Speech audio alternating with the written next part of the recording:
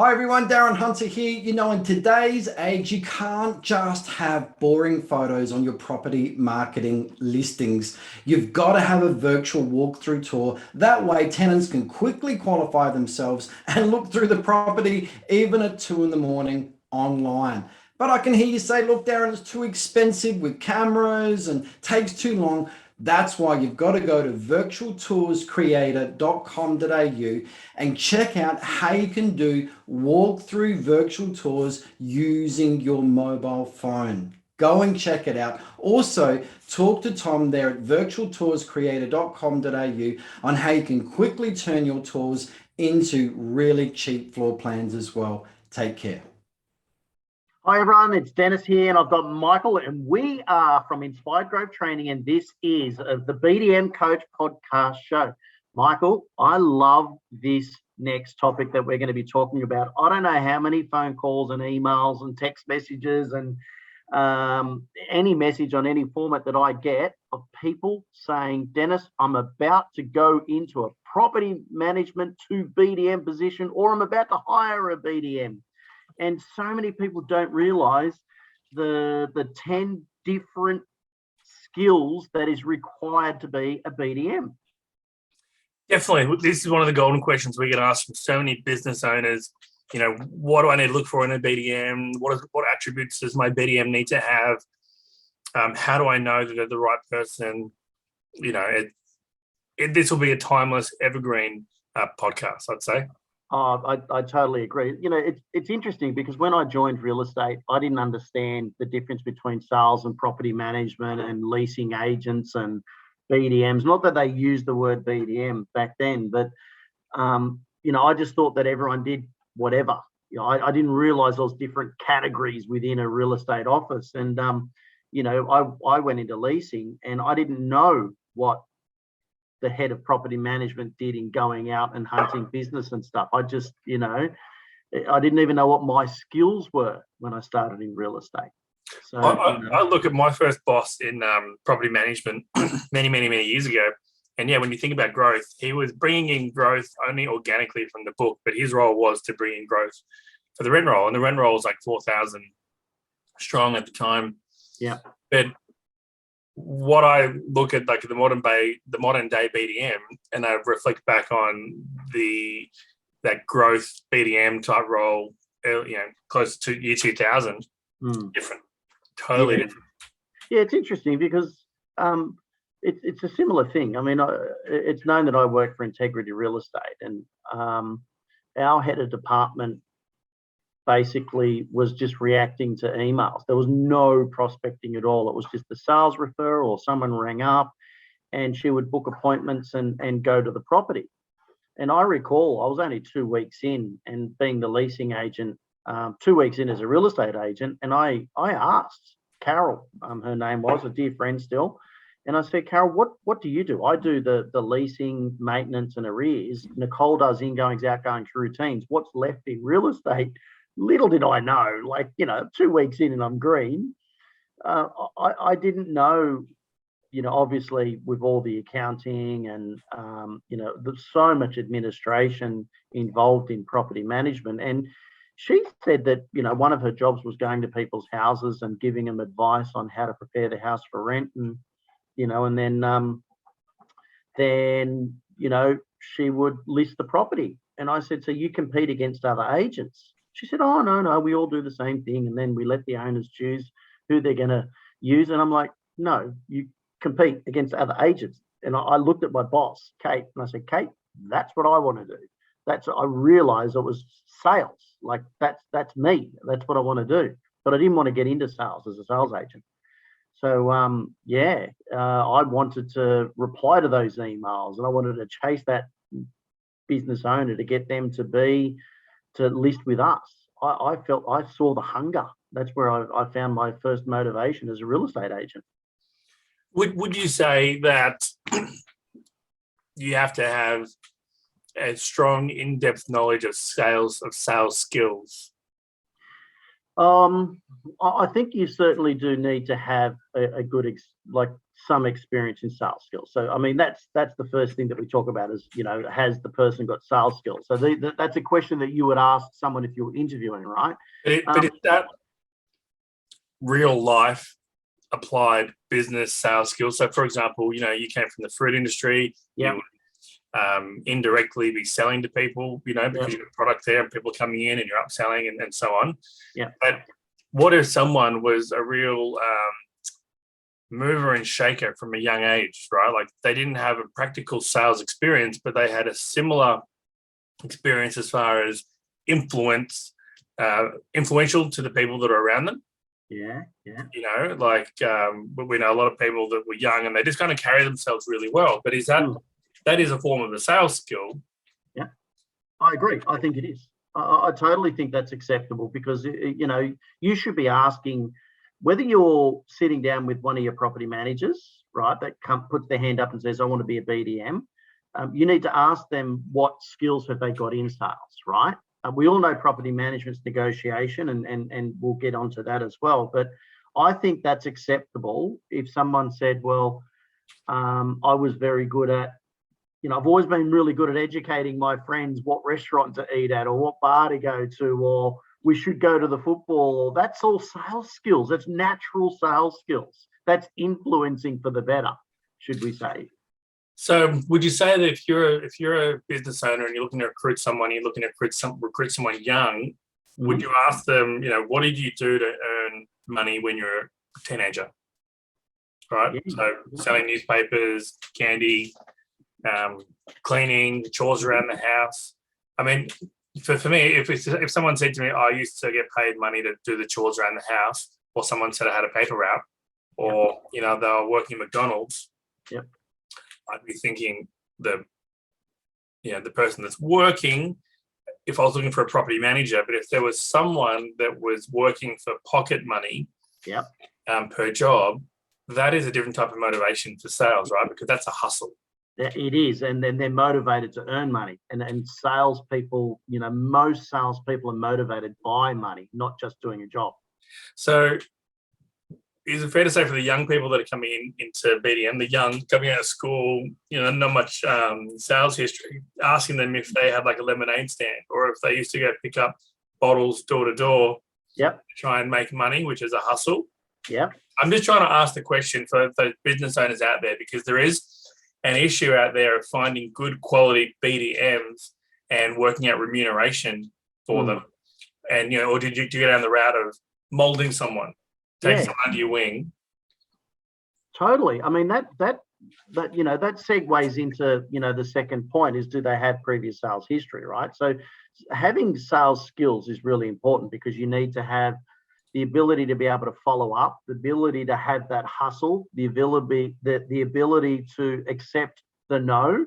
So a lemonade stand, as example for a kid, or, they're going to get people walking past saying, no, thank you. Or they're going to knock on a door and say, have you got any plastic bottles or cans that we could take? They're going to get the no's, but they're going to go back and they're going to be asking again. They can accept that because they're driven by that hustle, by that sales skill. So I think it is important that they have any form of sales skill. I was not trained by a sales agent, as you said.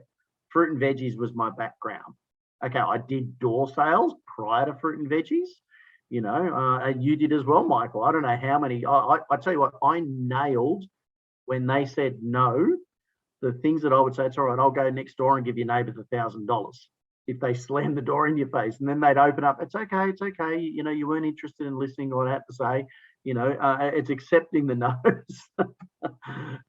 So certainly do that. So sales skills, and do they have previous sales? I think they do segue in really well. Oh, we can't hear you, Michael. I don't know what's happened. Well, it's when you press mute, that's what happens. I was saying 100%, like when I was younger, that I had to hustle. I was selling candy to kids at school. I was selling newspaper to business people at the train station. I was cleaning my parents' restaurants.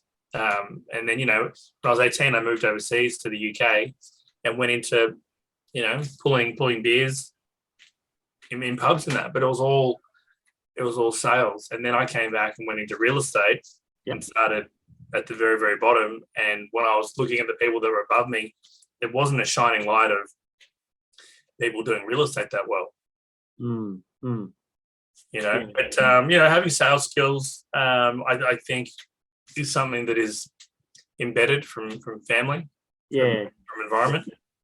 Yeah, I totally agree. It's an interesting thing. I was always listening to my dad talking to people and smiling and how personal he got with them. And then he'd be making these sales and these people would be handing over money to buy, you know, extra fruit and stuff. And I'd smile and I'd be looking, not realizing I'm taking in, you know, the impact that he had on people. You know, for example, if a kid was crying in a fruit market, Dad would walk up to them and give them a strawberry, give them a grape, give them cherries, whatever, to quieten the kids down so that Mum and Dad would spend more time in the shop and spend more money. Do you think, and this goes on to the next point, that you were quite successful because you knew fruits inside and out? Oh, product knowledge down to a T. I still walk into a fruit market and I can tell if it's from overseas or not. And if you go into a car yard and you go to look at a car, when you meet someone selling a car and they don't know much about the car that you're asking them about, it's not their specialty, you lose confidence in their ability and you become a window shopper like that. When you were motivated by, you could become a window shopper. Yeah. The same in real estate. Do you think that, rhetorical question, but do you think that one of the reasons why people are so successful in a growth role in property management is because they know the product inside and out? I think it certainly is very important that they need to know and have knowledge of their product.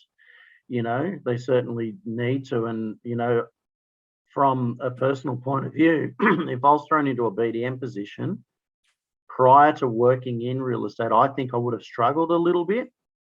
Being a leasing agent and having maintenance and doing, you know, applications and working on those areas and seeing, you know, how properties are marketed, it certainly did help my skills for sales, having that product knowledge, you know, that was, you know, I think it's really important. A property manager can be a good BDM, you know, because they do understand the knowledge of the product that they're selling, the service, but they still need to have those sales skills.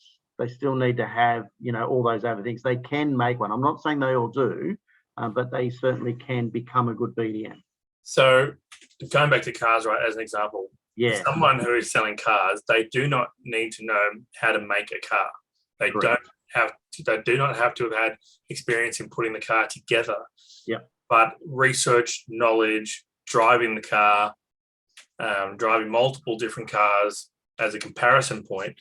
I guess the same as in property management in general. I don't think you need to have been a property manager, but you do need to understand the full mechanics behind it, how to do leases.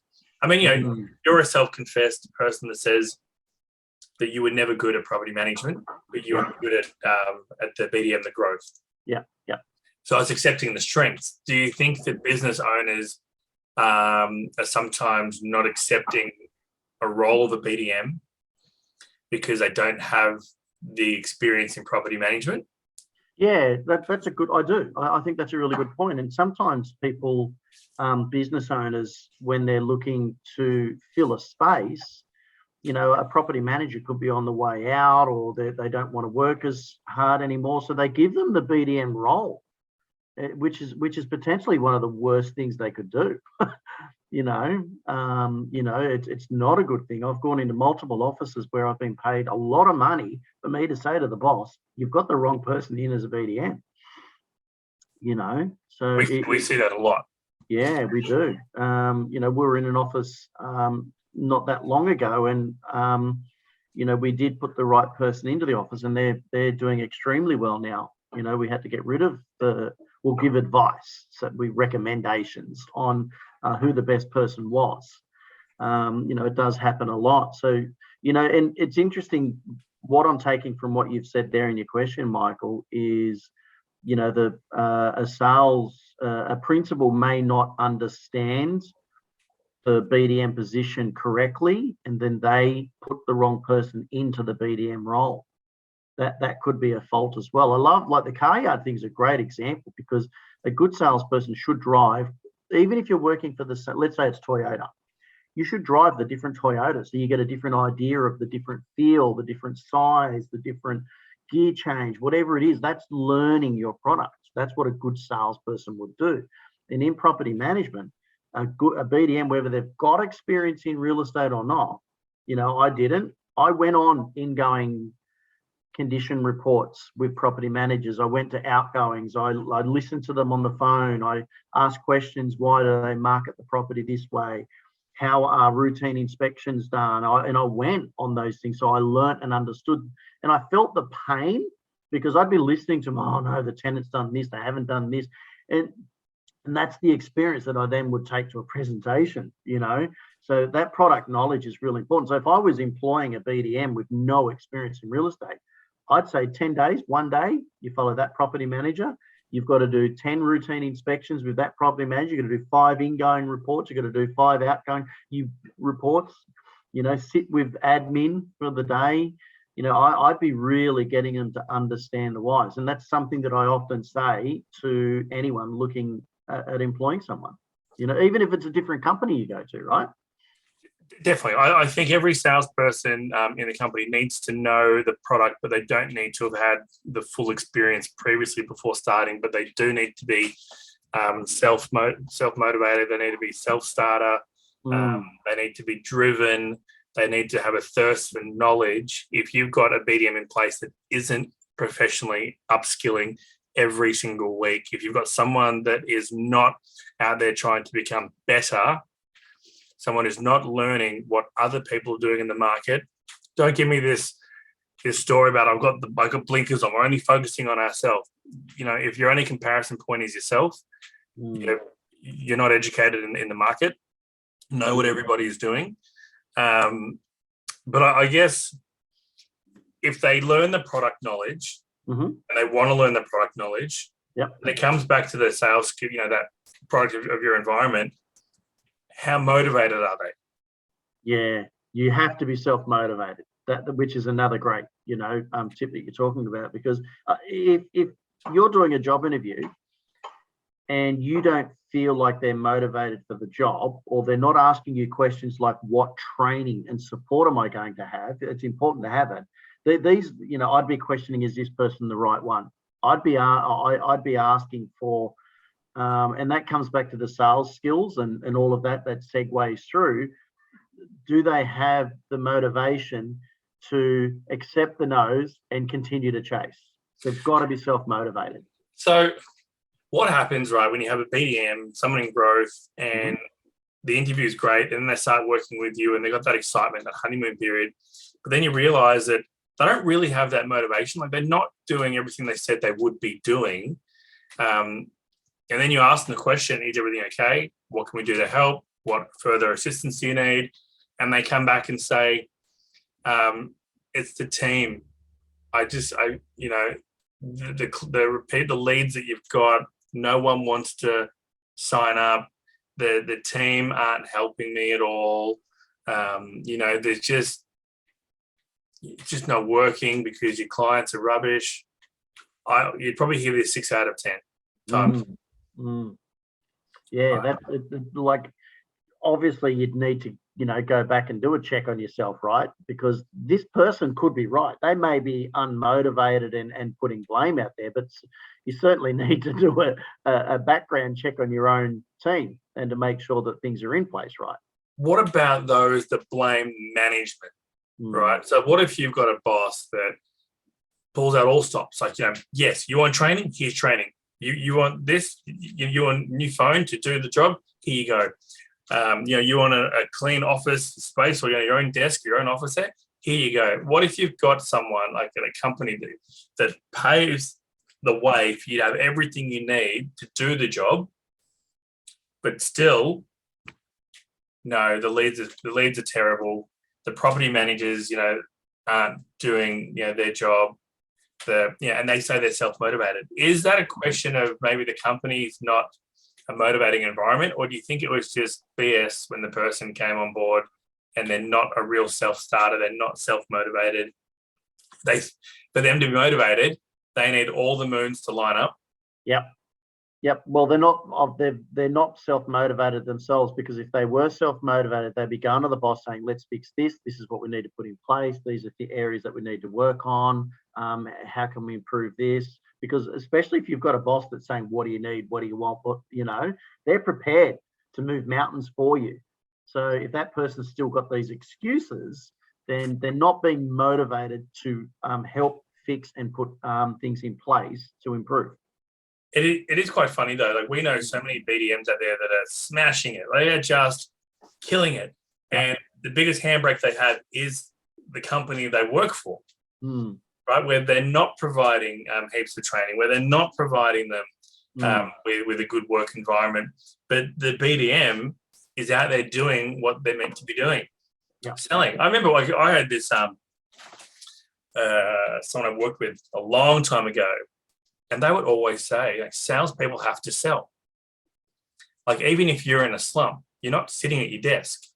You should be on the phone, because momentum. Your job is to be creating those warmer and better leads as well, right? So that's that motivation that you've got to be having.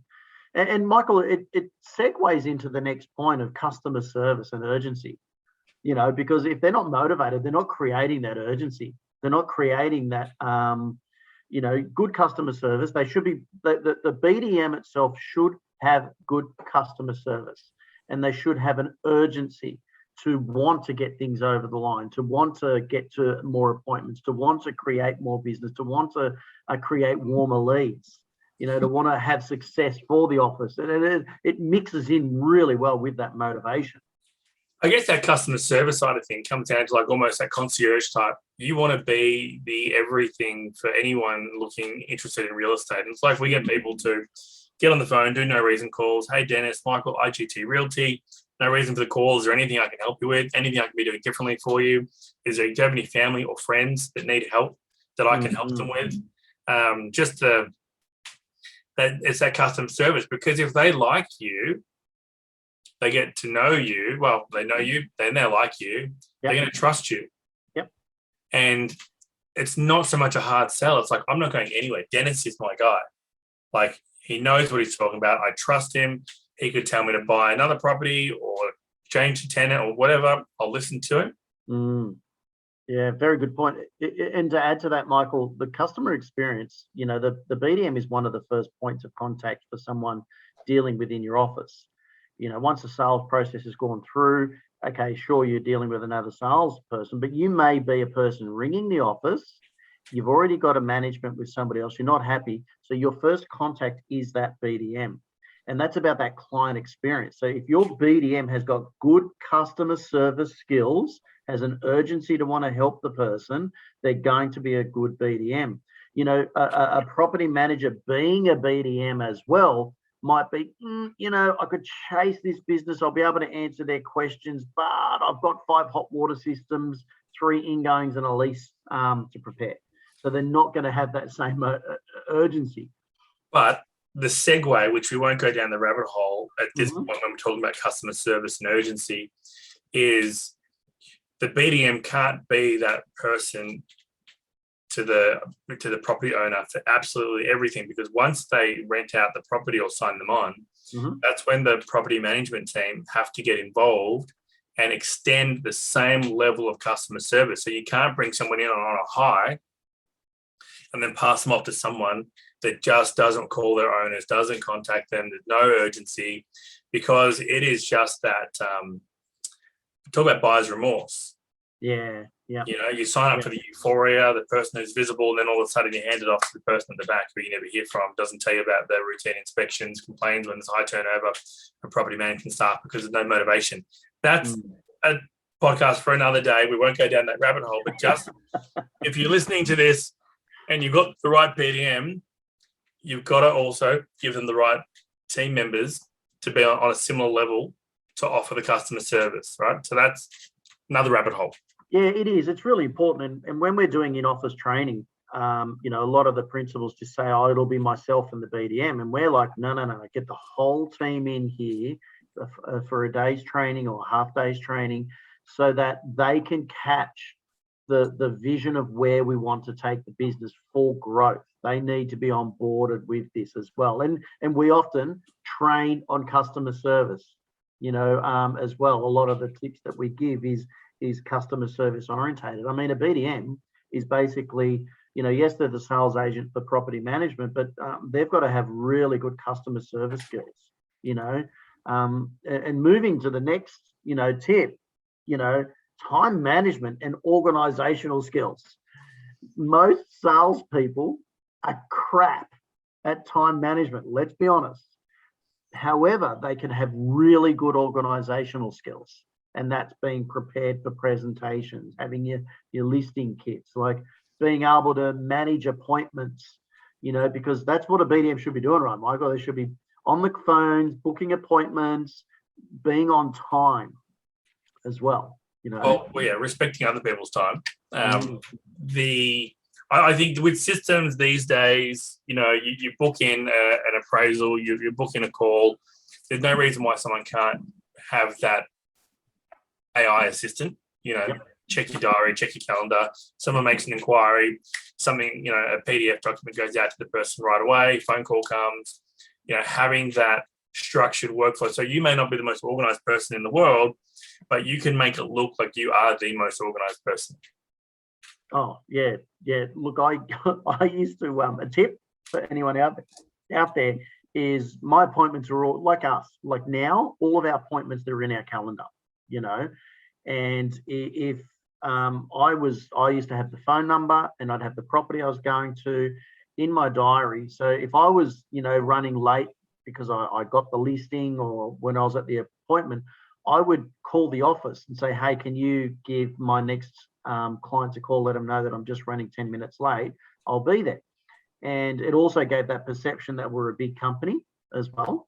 So rather than me, you know, making these calls and sounding rushed, it was a more professional, customer service orientated approach that I took, you know, and it looked like that we were an organized, you know, company as well. I think in general, just owners don't like surprises.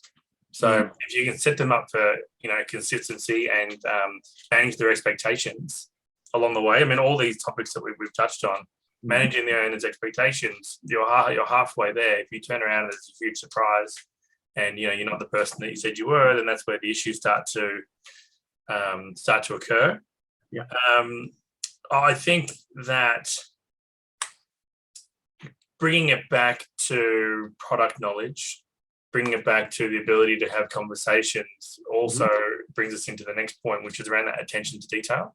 Yeah. You know, being able to walk into a property and know, you know, what it's going to rent for, know the questions to ask, know that when you send out a document that it's correct, know that everything that you say you promise on, you deliver. Yeah.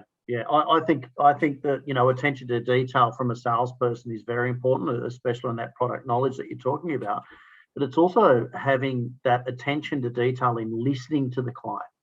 You know, one of the, you know, reasons why you don't win the business is because you haven't sold your services.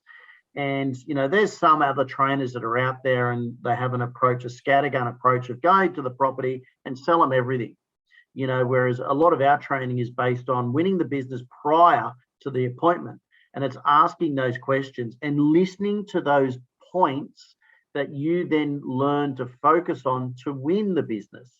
So, and that's just, you know, an example is, you know, hi, Michael, you know, really appreciate we've got our time booked for, you know, 3 o'clock tomorrow afternoon at your property. You know, obviously I'll just get you know, I appreciate that you've given me some information about the property so I can put together a comparable market analysis.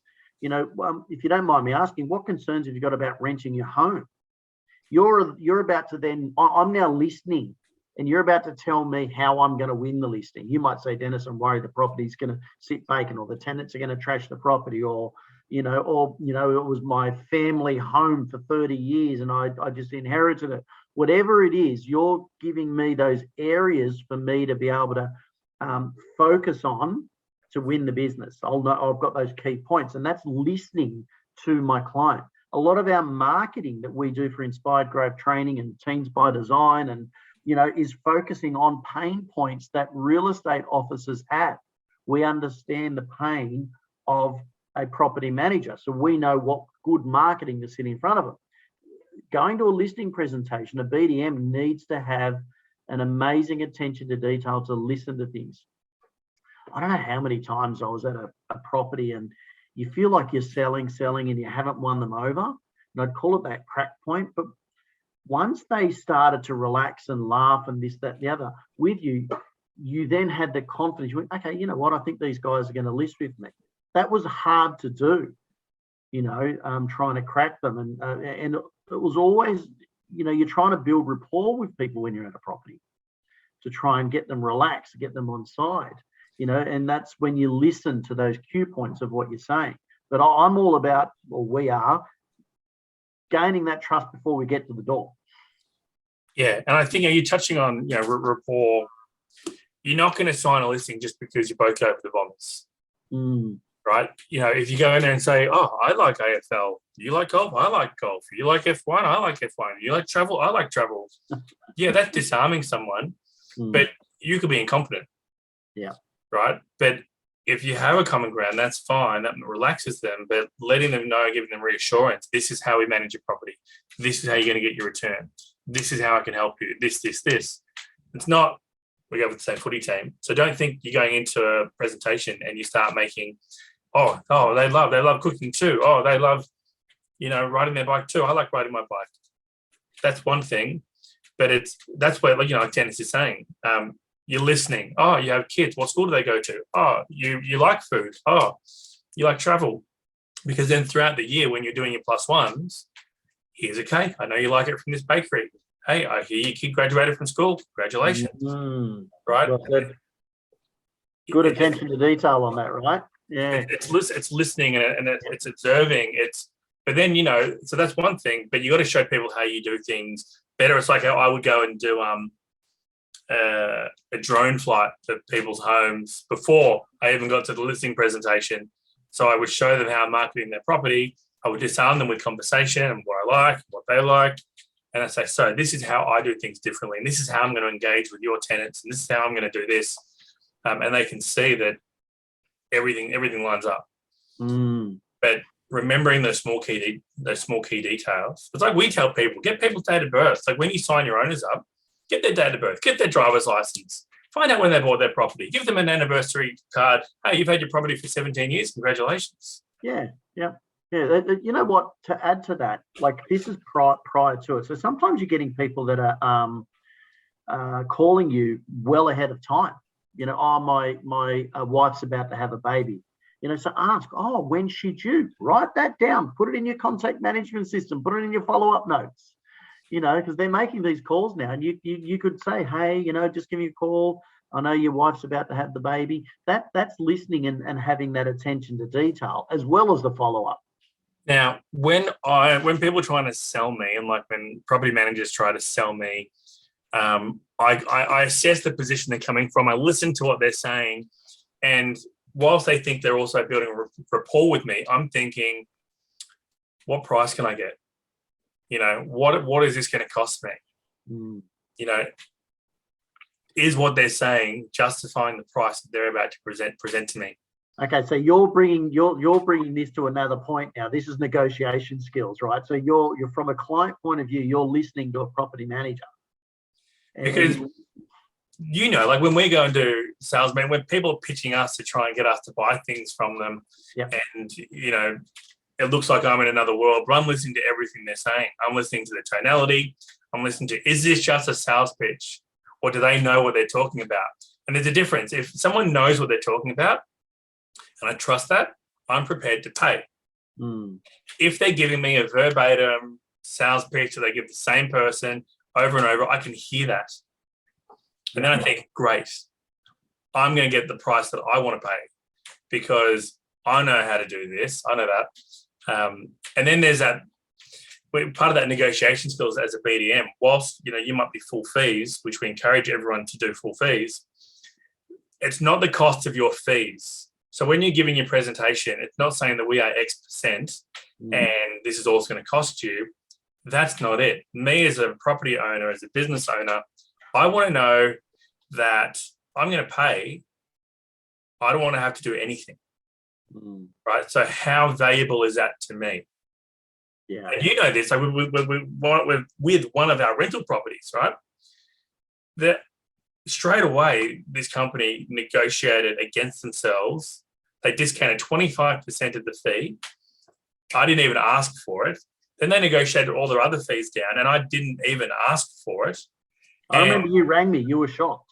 I was totally shocked. Didn't even ask for because I was prepared to pay what their fees were, so I didn't have to deal with it. Now, in hindsight, I've had to deal with a lot. Yes, you have. So they negotiated down, and I've had to do a lot more than I have had wanted to do with that property. So their negotiation skills sucked. So they're basically on that, and this comes back to some of Darren's, scripts and dialogues here, and he covers that in his book, his scripts and dialogues book.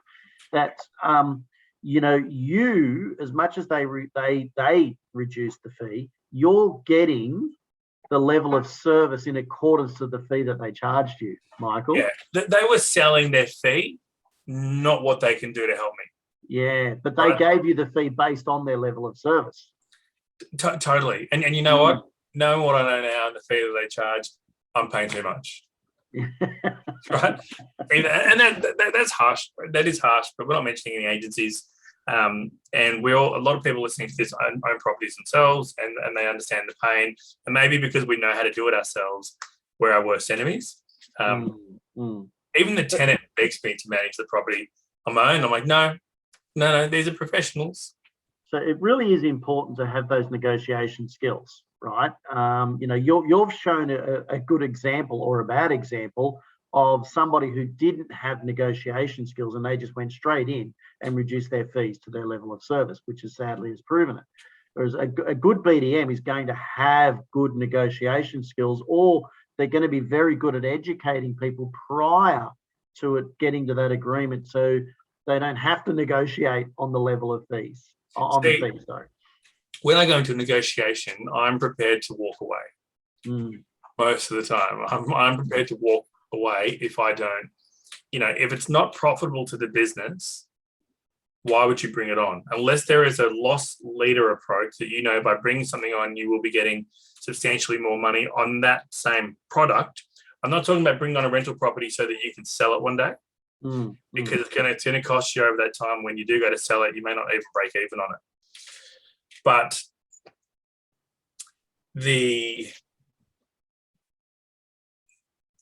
just trying to reiterate where I was going with it. Then again, I'm happy to sit here and wait. Yeah, I know. No, I was So you're human. I know I'm human. Look. Negotiation skills from a BDM is really important. You're talking about you're willing to walk away from a deal, right? You're willing to step back and walk away. And I think that most people need to be able to do that. And if anyone wants to learn about negotiation, the PMV Scripts book that Darren's written is going to help you upskill your information on that as well. Your ability to negotiate. You go, sorry. On that walking away, I think property managers, BDMs fail because they want to win at all costs, and they will reduce their fees to win at all costs. And then that has that negative impact on the business overall, because you're bringing on non-profitable business. Yeah. I think also the BDM needs to have an understanding of what those costs really entail. You don't need to tell them your profit structure and everything, but understanding that of that percentage, we have to pay for staff, we've got to pay for electricity, we've got to pay for all the overhead costs, the rent, the desk costs, and everything there. So giving BDMs a further purpose, yes, your job is to go out and list property, and we want you to list X amount of properties per month. But if they know the reason why they're doing it, they're covering their salary. They're not just covering their own salary and business development. They're helping to grow and cover the company's growth. So if they go in there knowing I can't reduce my fees because we do all this, we have training, we have education, we have software that we use that makes life easier for you. These are the things we bring to the table. Yes, you can go out and find someone cheaper, but they don't do this. They have burnout, they, turnover there. Know your product, educate your clients, know the reason why your fees are at the level, because yes, you're not doing it for free. The lower you drop it, the less profit you've got, there's less opportunity for further growth. But if you know all this, it makes it easier to walk away from bad deals. And then it's not so much when you walk away to be upset about it. It's knowing that when I walked away from this, we haven't lost. If I bought it on, the company would lose. Right? It's got to be at a certain level so that the company can grow and prosper and so we can keep delivering this service. But we see the defeat attitude in people, which is something that can be trained to kind of get through because they want to win at all costs. Their professional attitude. Yeah, it's really good. I like your wording there, Michael, on if we did get the listing, the company would lose. And that's having that professional attitude that really does help that. You as a BDM or a property manager that's doing, listings, you've got to have that professional approach in knowing if this is a good property or business to take on. And it could be the owner. It might not be the property. It could be the owner as well that you've got to be looking at. And your presentation skills, how you look, how you dress, where you park, is your car clean? Is your listing kit in order? All of these things, having that professional look makes the biggest difference. If you're wearing a tie, is the tie done correctly? Is the top button done up? Some businesses, they wear jeans and a polo shirt. Is it ironed? Is it clean? Are you looking professional as well as acting in a professional manner? All of these things are key to a good BDM. Even at the property, are you presenting your business in a professional manner? It's not just about the look. Yeah, it's smart casual. I mean, my first car in real estate was a red Mitsubishi Magna. I think it was a 1991 or a 1989. I think it was red Mitsubishi Magna. And everyone else had flashy cars around me, but I used to park my car around the corner and then walk in. And I had really bright suits, like bright yellow shirts, colorful ties, because at that point in my career, when I walked into a room, I wanted people to remember who I was. And when I was doing listing presentations, I didn't want to look like the blue suit accountant that everyone was kind of wearing. I wore something bright and I looked good. Kat would disagree with that. And she thinks all of my clothing prior to her was just atrocious. But I felt confident and I knew my product. And, that made the process great. But over time I did start to, and now I wear colourful socks. I know they're there. It's interesting because you've got to, people do look at what you're wearing as well, like, and what you're driving.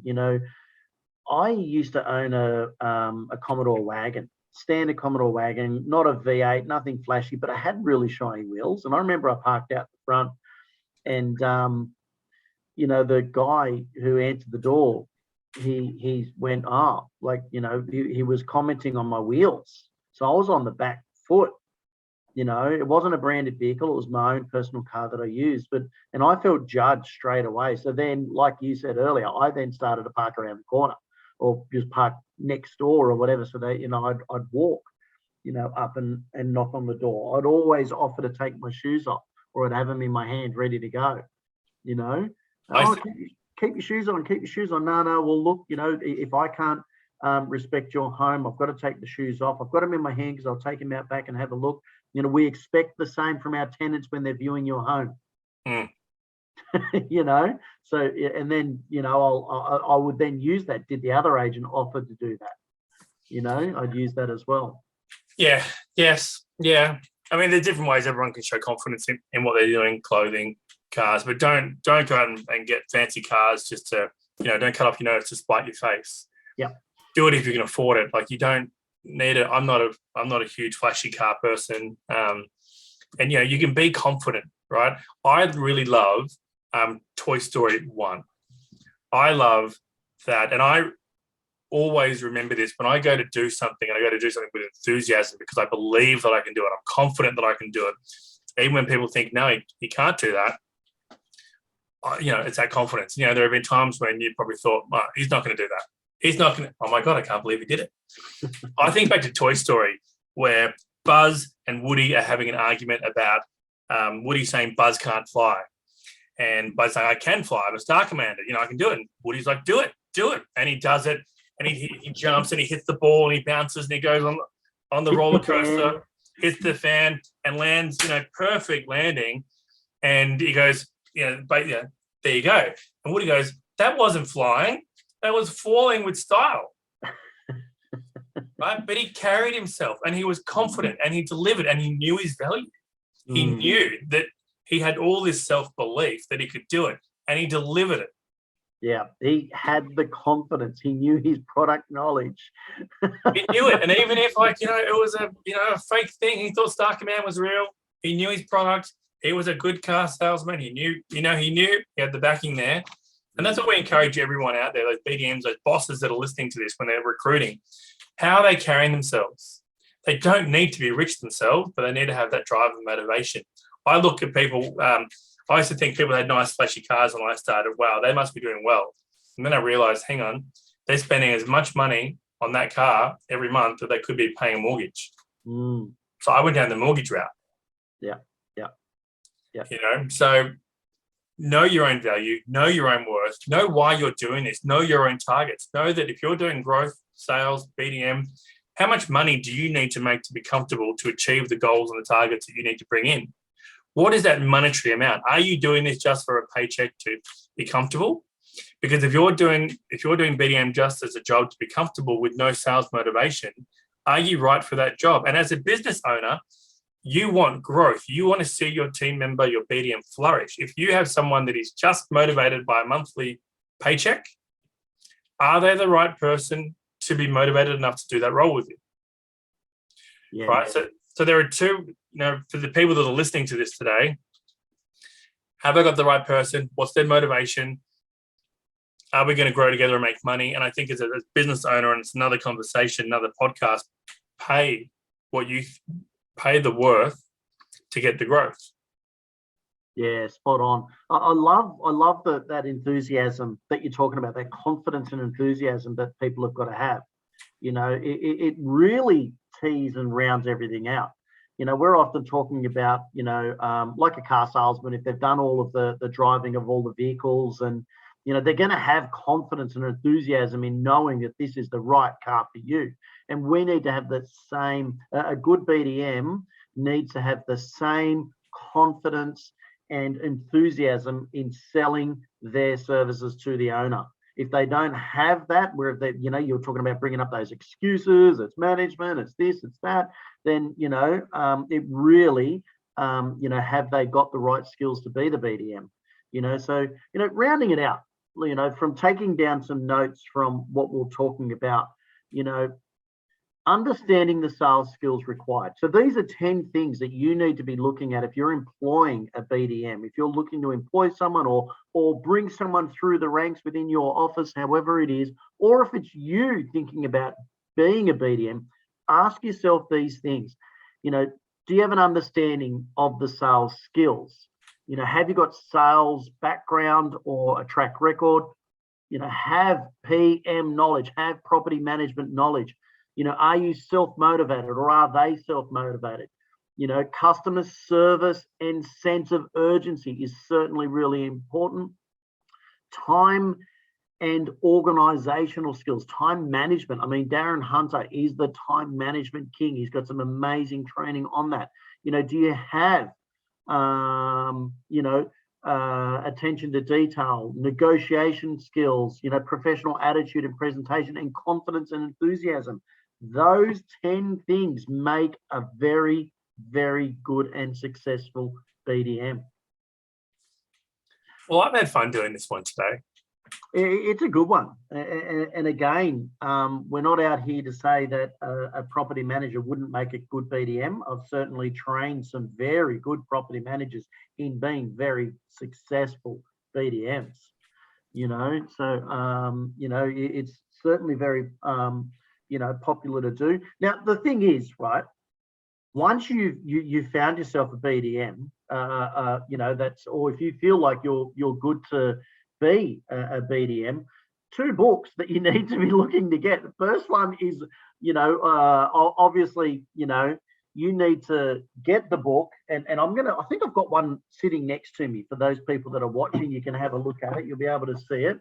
The PM Lead Secret book. Oh, I've got the blur thing on. PM Lead Secret book, you know, so you can understand and learn, you know, about that prospecting, so you can generate those warm leads. And then once you've got those skills out there and you understand what you need to do, go and get the PMV Secrets, PMV Script Secrets as well, so you can understand how to negotiate. You know, that's Darren's book on, you know, scripts and dialogues as well. You know, there's so much training out there. We've got plenty of podcasts that people could look at and listen to as well. Michael, I've loved it. I really enjoyed this, you know, talking about different skills of a BDM. It's certainly not the same as a property manager. It's 2 different mindsets. 2 different mindsets, but you know, so hopefully this will be some evergreen content for business owners looking to recruit BDMs, and also BDMs wanting to know a bit more about what it takes to be a BDM. And yeah, and we're here to kind of give some guidance and training. And you know, we've got the IGT members portal, which is just rich with information. And you know, if you are looking at growth, definitely jump on that. And you know, it's a tax deduction. So let's speak to your accountant. Speak to your accountant. Thanks, everyone. It was great having you on board. And again, reach out to us if you've got any further questions. You can contact us through our website or us directly, inspiredgrowthtraining.com. You'll see us through there. And if anyone wants to mix with some of our other BDMs and real estate agents that we're training around the world, please go to our Facebook page, Inspired Growth Training, on Facebook, and click on the community button or group, IGT Inner Circle. Simply answer the questions, and you will learn from other real estate agents around the globe that are doing really well, and you'll get a bit of an idea if you feel that that's a good position for you to be in. Great. Thanks, everyone. Bye. Talk to you soon.